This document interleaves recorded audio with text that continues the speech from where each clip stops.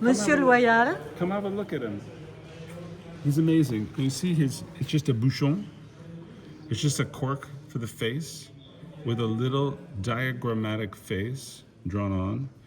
The hand is like this big floppy thing because it's always about the gesture. Mm-hmm. If you don't see it activated, so one has the cone where he's speaking and expanding his voice, and the other is his hand gesturing like that.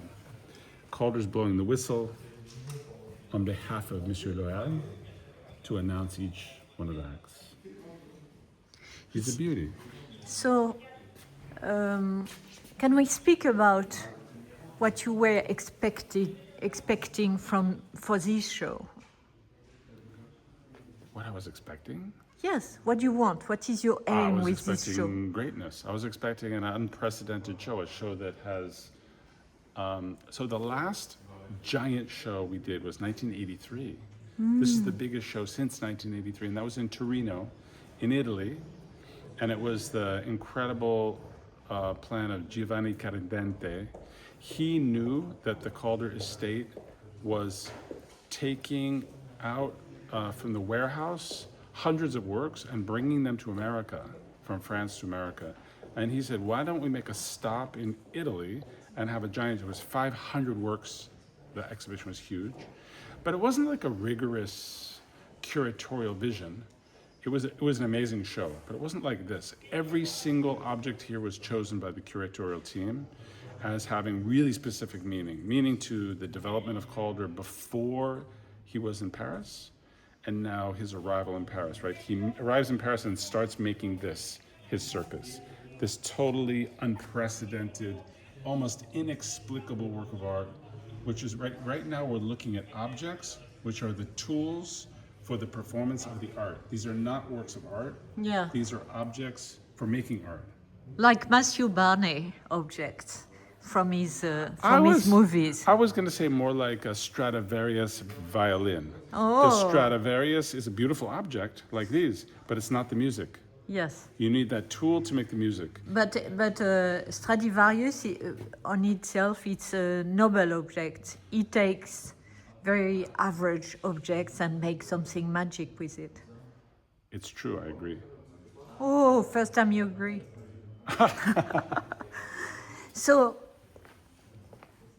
this is one of the biggest ever show? This is a totally unprecedented exhibition. I mean, what other museum on the planet can do that kind of show?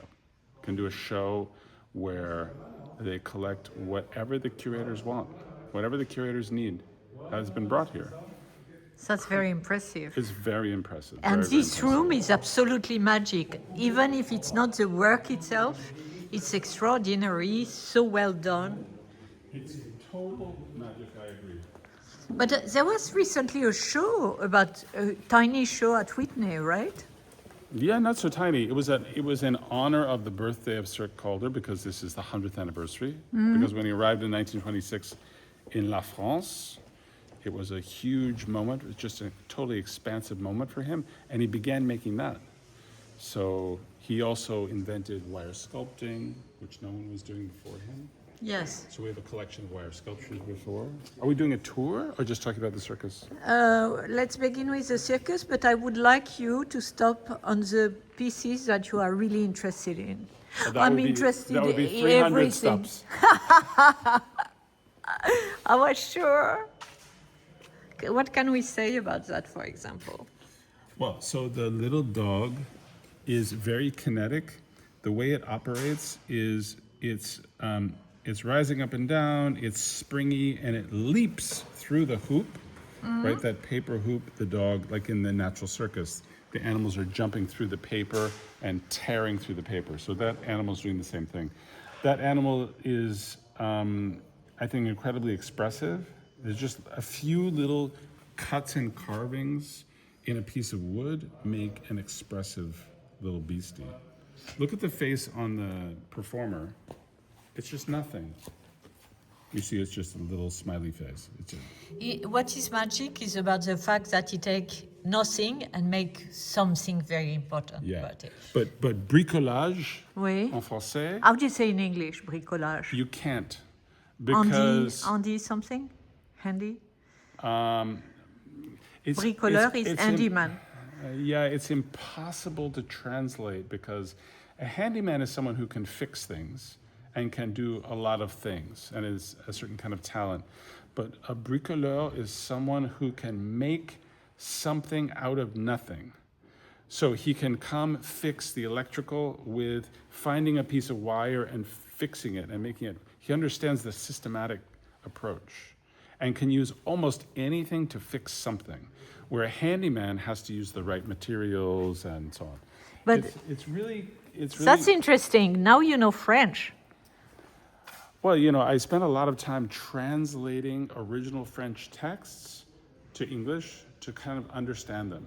One of the really most difficult ones is Léger's introduction to the Galerie Percier exhibition, because he's saying Satie and Duchamp are 100% French, Calder's 100% American, but how is it that they meet?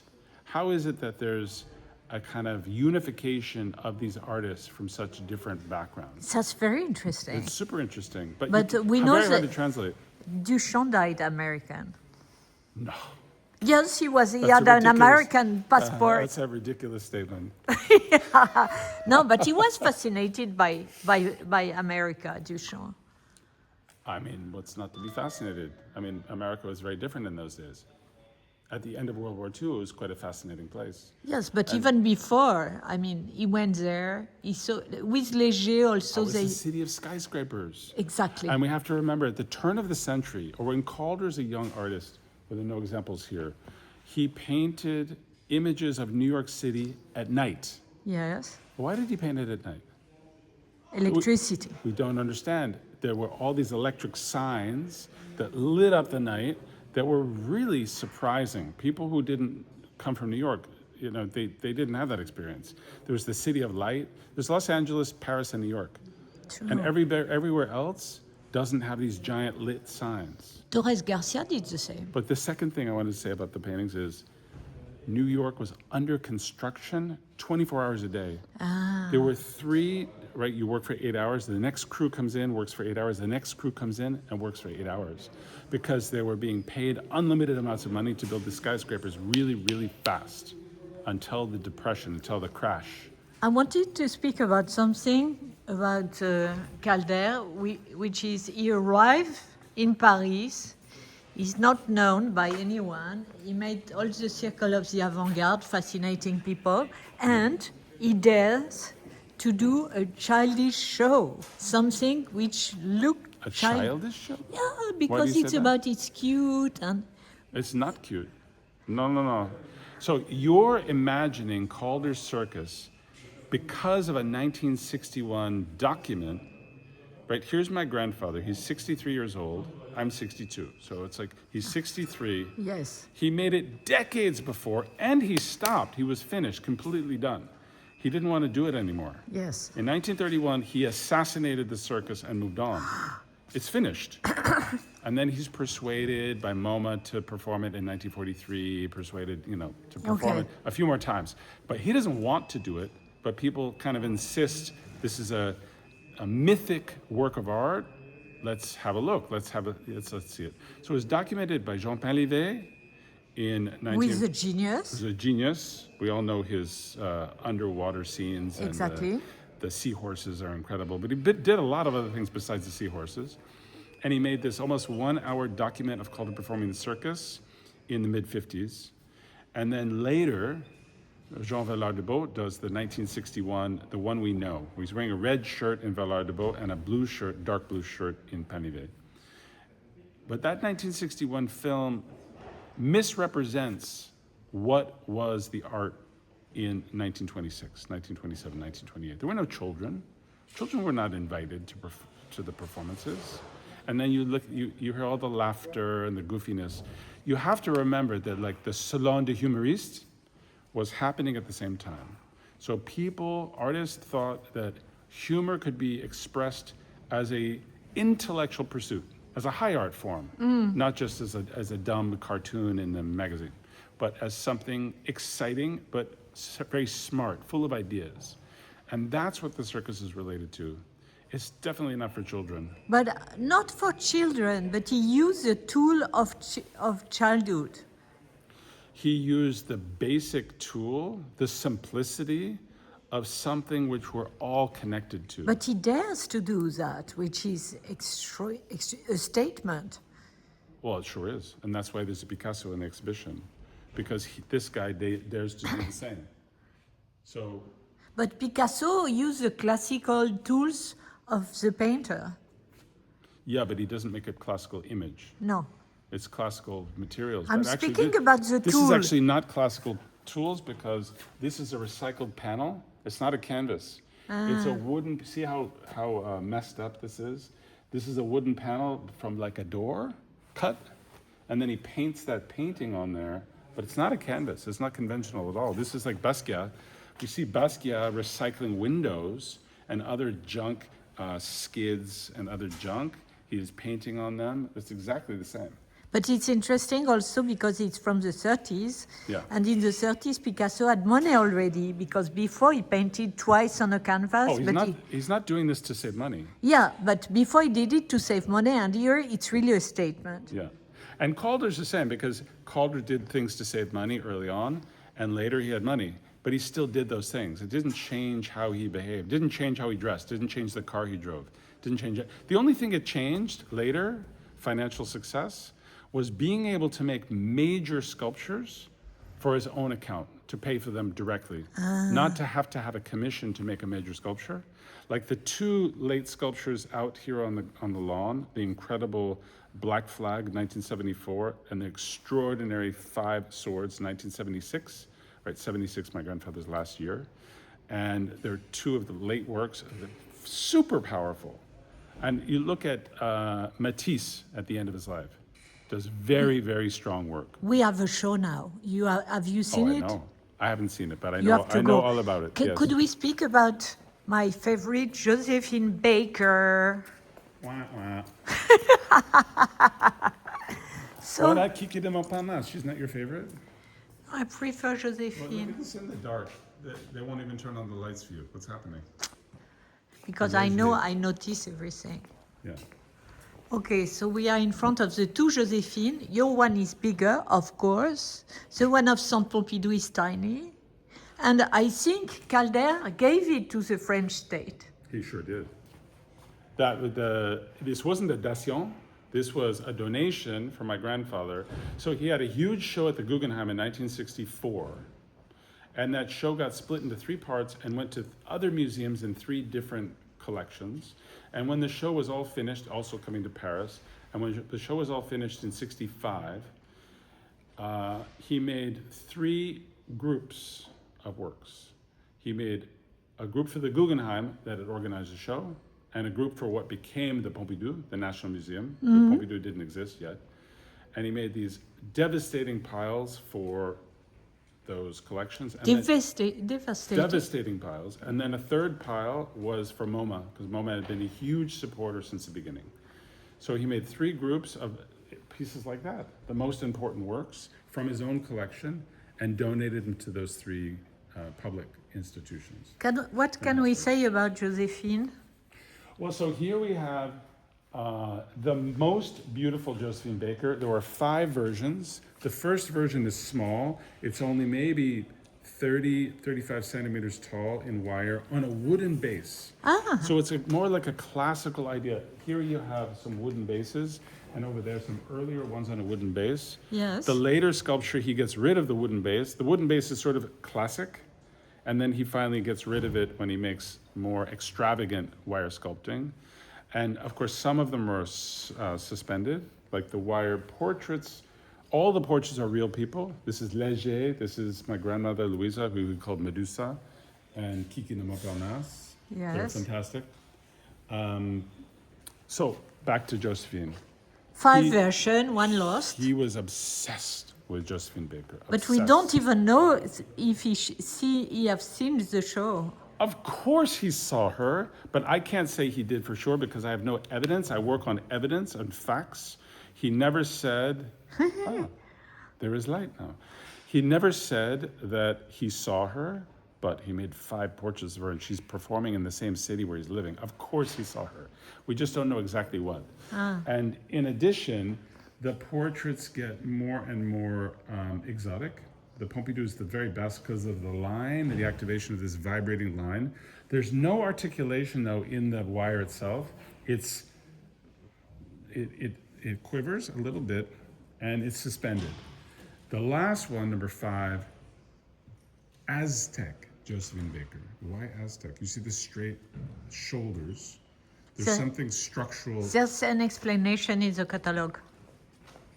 They spoke about it. No? Nobody knows. The answer is nobody. We don't know. Okay. Yeah, there may be somebody's Fantasy. imagination. Aztec imagination. But if you go back and study Josephine Baker, you'll see that you cannot find her in an Aztec regalia. You don't see her in a costume of Aztec. There's never an Aztec presentation that I've been able to find. I've done for years research on her to see if there's a reason why it's called Aztec. So we've never found the reason. But I want you to come close. This is the only one where the wrist is articulated, the ankle is articulated, her shoulders, her breasts, her neck, it's all articulated. Everything has a loose movement. So the 5th and final one is actually a mobile. If I could touch it and move it, I would, but I can't.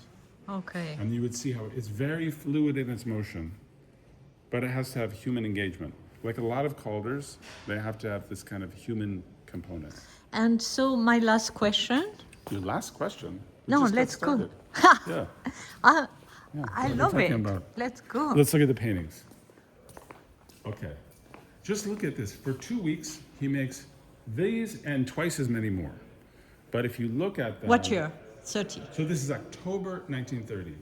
Ah. So Mondrian has come to Just the after Mondrian, circus. of course.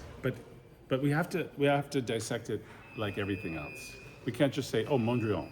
We have to understand that he's talking about an experience he had in Mondrian's studio. An epiphany. I'm just waiting for the beeping to stop, but... No, we can't wait. Okay. So he had this epiphany, exactly, it's a great, great word. His word is shock. He was shocked towards complete abstraction or non-objective, because these are not exactly abstract. Abstraction begins in a known image, and then it's contorted and maybe becomes completely eliminated as identifiable, but these do not begin in a known arena, right? These geometric. You can see that there's some kind of relationship to de Stijl, but these are actually not at all on the rigor of de Stijl. There's 2 Mondrian there, just to give you a sensation. But I want to tell you, when he entered the studio on his first visit, it was the environment of the studio that made him connected to moving out of the figure for himself, right, the shock, and made him connected to this other realm by seeing that the environment as a work of art, which wasn't Mondrian's idea. Yeah, it was flat studio work of art. And the funny thing is that it was Rue du Départ. Yeah. So it was a new beginning, and it was exactly the name of the street, which is very poetic. That's great. You should write that essay. I wrote it in my article. You did? Yeah. I didn't read your article. It was published this morning Oh. in French, but for the English version, you will receive it. Okay. No, but Rue du Départ is a symbol for both of them, because just after Mondrian go to London. So if you want to say that this is related to Mondrian, which it's not, but okay, say that It's it more is. Russian. He's completely unaware of the Russian avant-garde. He becomes aware of the Russian avant-garde in 38. So there's no understanding about that, but I see what you mean. But then what's this? What is that? Same week, right? This is George O'Keeffe, mixed with Miro. So I relate it to Arthur Dove. Do you know this American artist? Yeah, but not well. It's very much like an Arthur Dove and the color of Arthur Dove. I love that you say O'Keeffe. who was Calder's great friend. Ah, Yeah. This one, I say Kandinsky. Of course, it's nothing to do with Kandinsky, but the movement, the lyricism, the like expression of sound. and I yeah, just bought this one. you bought it? I just bought it. Where? So we own every single painting of October 1930, except two. One is in the French Museum, and this one was out in the world, and I just bought it at auction about a year ago. I find it incredibly ugly. I think it's a magnificently ugly canvas. How can you say that? 'Cause It's it not is. ugly, it's Well, you know. different. It's like a stomach, or it's like some sort of Alambic, we say. alambic, exactly. And then this one's quite beautiful. This is the one that's mostly requested by curators because it's about wire line going into the light, And back so into the radical. shadow, very pure. Yeah. And what struck me in this story of Calder, because I read a lot to be able to ask you correct question, and Normally, my experience with you is you already know. You don't need to read anything. oh yes, everything comes from the sky. Yeah. And what was striking is the fact that the friendship is so important. Because Critical. there are friends everywhere. There's Friendship is critical. Duchamp give idea, Fujita makes the music for the Calder show, things like that. Yeah. Harp gives the name of Stabil. It's incredible, no? Yeah. It looks like this guy was really loved. Well, he was super loved, except by the people that didn't love him. Same with me. So this is the first moment of a mini exhibition, because there's a sequence of mini exhibitions within the show. Okay. This exhibition is about the year 1933, and it's very rigorous. So you have Jean Elion from Calder's collection, 1933. Ah, Fantastic. And then you have Calder works from 1933. In fact, this was Elion's Calder sculpture.